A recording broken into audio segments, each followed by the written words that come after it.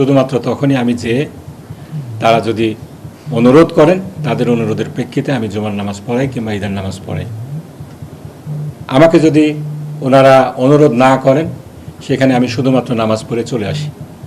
গত ঈদের নামাজের সময় আমি ইচ্ছা প্রকাশ করেছিলাম, যেহেতু আমার শহীদ পিতা মরহুম রহমান নিজামী ভুইখালী ঈদগাহ মসজিদে ঈদের নামাজটা হয়, সেখানে তিনি ঈদের নামাজ পড়তে যেতেন। আমিও সেখানে ঈদের নামাজ পড়তে গিয়েছিলাম। ওনারা আমাকে আহ্বান জানাননি, আমি সেখানে খুতবাও দেই নাই, নামাজও পড়াই নাই। আমাকে আজকে মসজিদ কমিটি যেখানে আহ্বান জানিয়ে দাওয়াত দিয়ে নিয়ে গেলেন নামাজ পড়ানোর জন্য, সেখানে বিএনপির পৌর সভাপতি হঠাৎ করে লাফিয়ে উঠে বললেন এখানে স্থানীয় ইমাম নামাজ পড়াবেন। কে নামাজ পড়াবেন না, এটা তো বিএনপির সভাপতির বলার কথা না। তাও যদি উনি স্থানীয় হতেন সেটাও একটা কথা মানা যেত। তিনি ওই এলাকার স্থানীয় নন। তিনি, ওনার বাড়ি আমি জানি যেটা গোপীনাথপুরে, অন্যদিকে। সেখানে এরকম হট্টগোল করে আসলে একটা ফ্যাসিবাদী আক্রমণ একটা পরিচয় তারা দিয়েছে আজকে। এরকম ঘটনা আমাদের সাথিয়ার ইতিহাসে নেই। এরকম একটা ন্যাক্কারজনক ঘটনা ঘটিয়ে তারা আসলে ধর্মপ্রাণ মুসলমানদের অন্তরেই আঘাত করেছে আমি বিশ্বাস করি। এর সাথে প্রশাসনের যে ন্যাক্কারজনক ভূমিকা ছিল পুলিশ প্রশাসনের, এটা তাদের উচিত ছিল জনপ্রতিনিধি হিসাবে সেখানে আমাকে রক্ষা করা, আমাকে নির্বিঘ্নে সেখানে যেই মসজিদ কমিটি যেই উদ্দেশ্যে আমাকে ডেকেছে সেই নামাজ পড়ার সুন্দর একটা ব্যবস্থা করা। কিন্তু সকাল থেকেই তাদের অবস্থান ছিল তারা পরিকল্পিতভাবে বিএনপির সন্ত্রাসীদেরকে এই ধরনের সন্ত্রাসী কার্যক্রম পরিচালনা করার সুযোগ করে দিয়েছে এবং পরবর্তীতে তাদেরকে গ্রেফতারও করেনি। আমরা দেখেছি এই ঘটনার পরবর্তীতে বরং আমাদের নেতাকর্মীদের বাসায় বাসায় যে পুলিশ প্রশাসন হয়রানি করেছে। এই ঘটনার সাথে যারা জড়িত সেই করিম, সিরাজ প্রকাশ্যে মিছিল করেছে বলে শুনেছি। এভাবে যদি অন্যায়কে প্রশ্রয় দেওয়া হয়, আমি আপনাদেরকে ছবি দেখিয়ে বলতে পারবো সেখানে কারা কারা ছিলেন, স্থানীয় লোকজন ছাড়া কারা কারা ছিলেন এবং তারা যে সেখানে স্থানীয় লোকজনের দোকানপাট ভাঙচুর করেছে। আমরা একেবারে ছবিগুলো আপনাদেরকে দিয়ে দিব।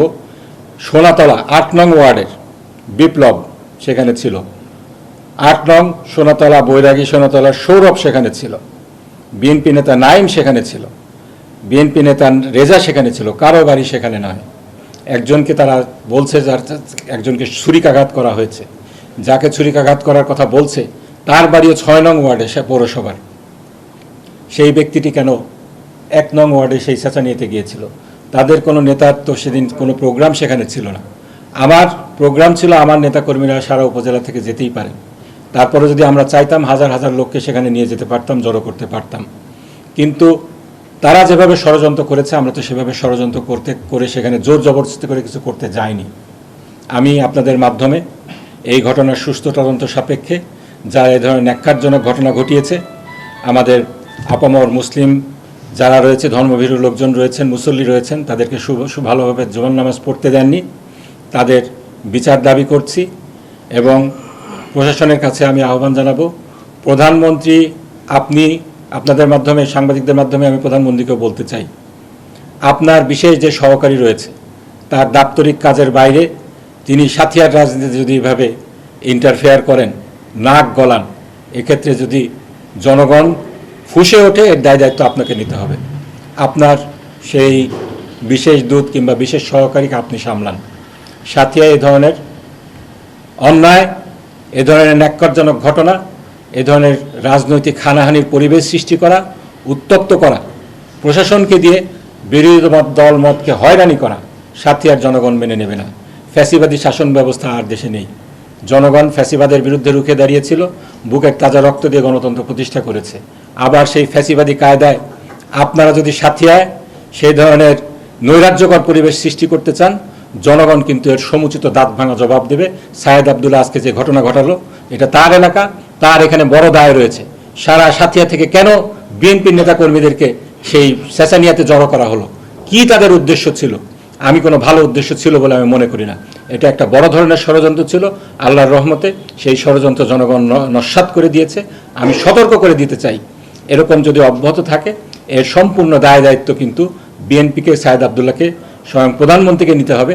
কারণ প্রধানমন্ত্রীর বিশেষ সহকারী তার ক্ষমতার বলে আজকে প্রশাসনের উপরে ছড়ি ঘোরানোর চেষ্টা করা হচ্ছে। সেই এক ব্যক্তি সায়েদ আবদুল্লাহ সেরকম ছড়ি ঘোরাচ্ছে। এখানে যাদেরকে আমরা চিহ্নিত করে দিলাম তাদের বিরুদ্ধে উপযুক্ত ব্যবস্থা নিতে হবে। ওসিকে অবিলম্বে প্রত্যাহার করতে হবে। এই ধরনের ফ্যাসিবাদের দোসর কোনো ওসিকে আমরা এখানে দেখতে চাই না। এবং একজন ভালো প্রশাসক এখানে ওসিকে এখানে দিতে হবে, যে দল মতের ঊর্ধ্বে উঠে এখানে মাদকের বিরুদ্ধে জিহাদ ঘোষণা করবে। মাদক, জুয়া সহ এখানে অনেক ধরনের সমস্যা রয়েছে। এখানে ফ্যাসিবাদের দোসররা আবারও ফনা তুলে দাঁড়ানোর চেষ্টা করছে। আমরা দেখেছি পাবনার বিভিন্ন জায়গায় তারা মিছিল করছে। এই সমস্ত কিছুর বিরুদ্ধে সেই ফ্যাসিবাদের দোসর এই ওসি সে কোনো ভূমিকা না নিয়ে বরং আমাদের যারা ফ্যাসিবাদ বিরোধী ছিল সেই জামাত শিবিরের নেতাকর্মীদের উপরে সে অত্যাচার করছে, হয়রানিমূলক কার্যক্রম পরিচালনা করছে।